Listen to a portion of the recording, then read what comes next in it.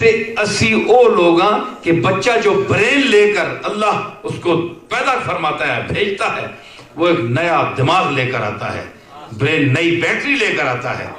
تو حضور نے فرمایا فَأَبَوَاهُ يُحَوِّدَانِهِ وَيُمَجِّسَانِهِ وَيُنَصِّرَانِهِ کہ کل مولود یولد علی الفطرت، ہر بچہ فطرت سلیمہ پر پیدا ہوتا ہے. اگر یہودیوں کے گھر وہ پیدا ہو تو لوگ اس کے ماں باپ یہودی بنا دیتے ہیں، یہ نصرانیوں کے گھر پیدا ہو تو نصرانی بنا دیتے ہیں. بچے کی سلیٹ خالی ہے. اس لیے جو بچہ بلوغت سے پہلے معصومیت میں مر جائے پھر وہ جنت میں جائے گا، وہ دوزخ میں جائے گا چاہے ہندوؤں کا ہو. کیوں؟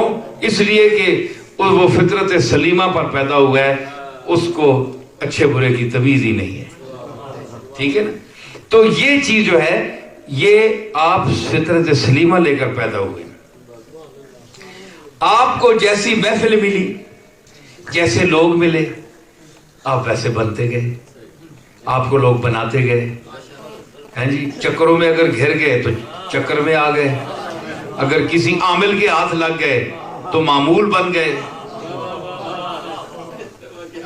اگر کسی عامل کے ہاتھ لگ گئے تو معمول بن گئے، فاعل کے ہاتھ لگ گئے تو مفعول بن گئے. عامل کے ہاتھ لگ گئے تو معمول بن گئے، جس پر عمل کیا جاتا ہے معمول ہو گئے.